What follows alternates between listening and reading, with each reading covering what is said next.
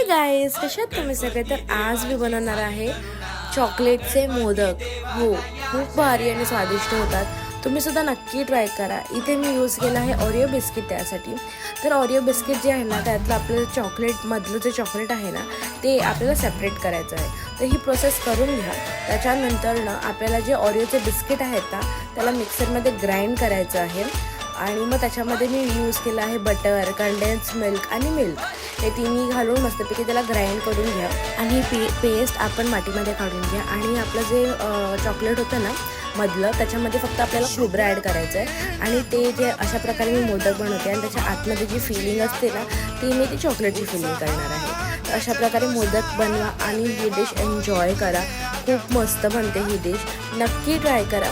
आणि व्हिडिओ आवडल्यास like, share, follow करायला विसरू नका. आणि thank you for watching my video.